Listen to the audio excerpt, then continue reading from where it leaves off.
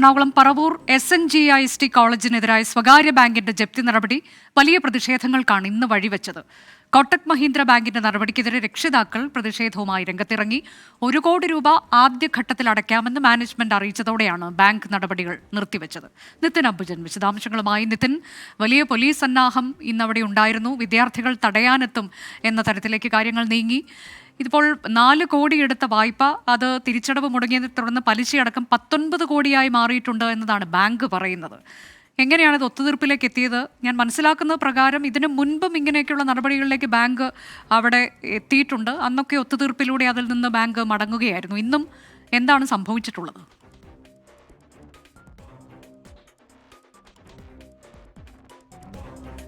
പറവൂർ മാഞ്ഞാലിയിലെ കോളേജിലാണ് ഇന്നിപ്പോൾ Kotak Mahindra bank SNGIST college 4 കോടി രൂപ വായ്പയെടുത്തു. എന്നാൽ തിരിച്ചടവ് മുടങ്ങി. പിന്നീട് അത് പലിശയടക്കം 19 കോടി രൂപയായി എന്നതാണ് ബാങ്ക് അധികൃതർ പറഞ്ഞിട്ടുള്ളത്. അതുകൊണ്ട് തന്നെ ജപ്തി നടപടികൾക്കായി ബാങ്ക് ഇന്ന് അങ്ങോട്ടേക്ക് എത്തുകയായിരുന്നു. വിദ്യാർത്ഥികളും രക്ഷിതാക്കളും ഉൾപ്പെടെ വലിയ പ്രതിഷേധവുമായി രംഗത്തെത്തുന്നു. പിന്നീട് ചർച്ചകൾ നടത്തുകയായിരുന്നു കോളേജ് മാനേജ്മെന്റും ബാങ്ക് അധികൃതരുമായി. ഒടുവിൽ ബാങ്ക് ഈ നടപടികളൊക്കെ നിർത്തിവെച്ച് അവർ മടങ്ങിപ്പോയിട്ടുണ്ട് എന്നുള്ളതാണ്. ഏത് തരത്തിലേക്കാണ് ഇന്നിപ്പോൾ ഈ അനുനയ നീക്കങ്ങൾ അല്ലെങ്കിൽ സമവായ ചർച്ചകൾ നടന്നത് എന്നതിന്റെ വിശദാംശങ്ങളുമായി നിതിനുണ്ട്. നിതിൻ, പറയൂ വിശദാംശങ്ങൾ.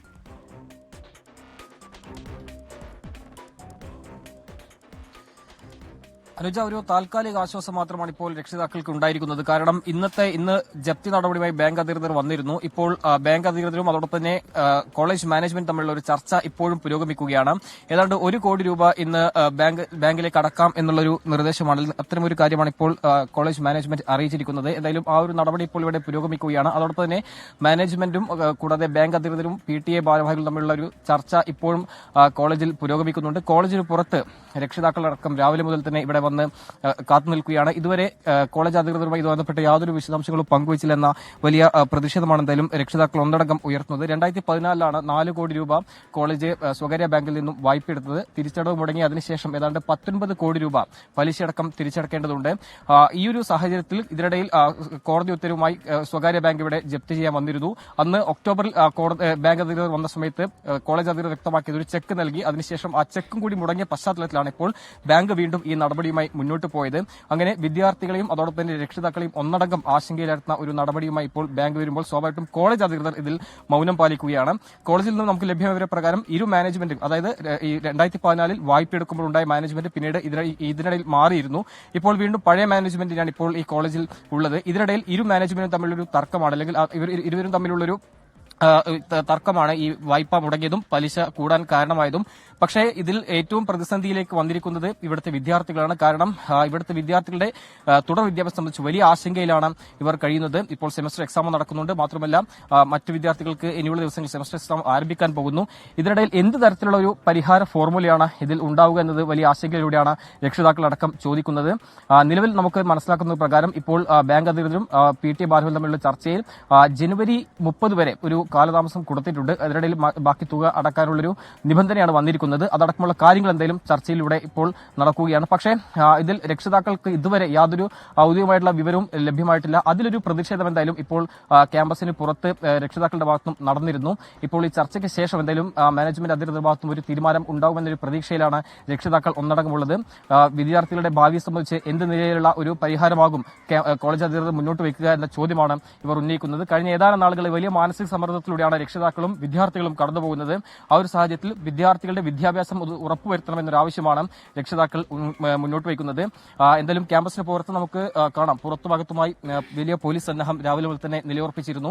കഴിഞ്ഞ മാസം ബാങ്ക് ജപ്തിയുമായി വന്ന ഘട്ടത്തിൽ വലിയ പ്രതിഷേധമായിരുന്നു വിദ്യാർത്ഥികളും രക്ഷിതാക്കളും ഉയർത്തിയത്. സമാനമായ ഒരു പ്രതിഷേധങ്ങൾക്ക് ഇന്ന് രാവിലെ മുതൽ പോയിരുന്നു. പക്ഷേ പിന്നീടാണ് ബാങ്ക് അധികൃതരുമായി എത്തി ചർച്ചയിലൂടെ ഇപ്പോൾ ഒരു സമവായ അല്ലെങ്കിൽ താൽക്കാലിക പരിഹാരമായ എന്ന നിലയിൽ ഒരു കാര്യം ഇപ്പോൾ അവിടെ ചർച്ചയിലൂടെ ഉണ്ടായിരിക്കുന്നത്. പക്ഷേ ബാക്കി തുക എന്നടക്കും അതുമായി ബന്ധപ്പെട്ട കാര്യങ്ങളെല്ലാം തന്നെ ഒരു വിശദമായ ചർച്ച ശേഷം മാത്രമേ വ്യക്തമാകുകയുള്ളൂ. പക്ഷേ ഉയരുന്ന ചോദ്യം വിദ്യാർത്ഥികളുടെ വിദ്യാഭ്യാസം സംബന്ധിച്ച് എന്ത് തരത്തിലുള്ള നടപടിയാകും സ്വീകരിക്കുക, അതിലടക്കം തീരുമാനമാകും വരെ ഈ പ്രതിഷേധം തുടരുമെന്ന് തന്നെയാണ് രക്ഷിതാക്കൾ ഒന്നടങ്കം പറയുന്നത്. അനുജ, അതാണ് ഇപ്പോൾ നിതിൻ, ഇതിൽ വലിയ ഫീസൊക്കെ കൊടുത്ത് വിദ്യാർത്ഥികൾ ചേർന്നിട്ടുള്ളതാകാം ഇവിടെ. അതുകൊണ്ട് തന്നെ അവർക്ക് കൂടുതൽ ആശങ്കയും ഉണ്ടാകും. ഇതിനു മുൻപും ഇങ്ങനെ സമാന രീതിയിൽ തന്നെ സംഭവം ഉണ്ടായിട്ടുണ്ട്. ജപ്തിക്കായി എത്തുന്നു ബാങ്ക് അധികൃതർ, എന്നാൽ അവിടെ ഒരു ചെക്ക് കൊടുത്ത് പറഞ്ഞു വിടുകയാണ്. പക്ഷേ ആ ചെക്ക് പിന്നീട് മടങ്ങുന്ന സാഹചര്യം അവിടെയാണ് ഇന്ന് വീണ്ടും ജപ്തി നടപടികൾക്കായി ബാങ്ക് അധികൃതർ എത്തുന്നത്. അപ്പോൾ ഇനി കുറച്ചുകൂടി ഉറപ്പിന്മേലല്ലാതെ ബാങ്ക് ഇവരുടെ ഈ പറയുന്ന കാര്യങ്ങൾക്കൊക്കെ വഴങ്ങാനുള്ള സാധ്യതയില്ലല്ലോ.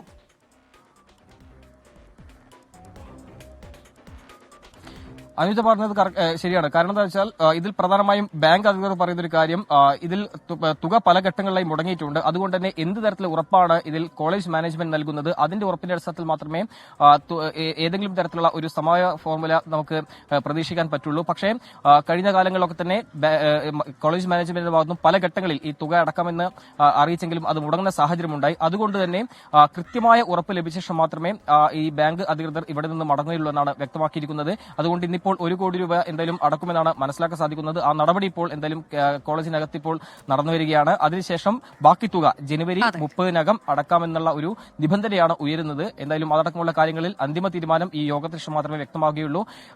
ഇതിനെല്ലാം അപ്പുറം ഉയരുന്ന ഒരു ആശങ്ക, ഇതിൽ ക്യാമ്പസിനകത്ത് പഠിക്കുന്ന 500-ലധികം വിദ്യാർത്ഥികളുടെ തുടർ വിദ്യാഭ്യാസം ഏത് നിലയിൽ മുന്നോട്ട് പോകുമെന്നുള്ളതാണ്. നമുക്കറിയാം, കഴിഞ്ഞ ഏതാനും വർഷങ്ങളായി ഈ ജപ്തി ഭീഷണി ഈ ക്യാമ്പസ് നേരിടുന്നുണ്ട്. പക്ഷേ ഒക്ടോബറിൽ ജപ്തി നടപടിയെ ബാങ്ക് അധികൃതർ വന്ന ഘട്ടത്തിൽ ഇവിടെ വലിയ പ്രതിഷേധം ഉണ്ടായിരുന്നു. കാരണം വിദ്യാർത്ഥികളുടെ പരീക്ഷയും അതോടൊപ്പം തന്നെ ക്ലാസ്സുമെല്ലാം തന്നെ മുടങ്ങുന്ന സാഹചര്യമുണ്ട്. വിദ്യാർത്ഥികൾ വലിയ മാനസിക പ്രയാസത്തിലൂടെ കടന്നു പോകുന്നു. രക്ഷിതാക്കളും ഇതേ സാഹചര്യത്തിലാണ് കടന്നു പോകുന്നത്. വലിയ ഫീസ് നൽകിയാണ് രക്ഷിതാക്കൾ ഇവിടെ മക്കളെ ഇവിടെ ചേർത്തിരിക്കുന്നത്.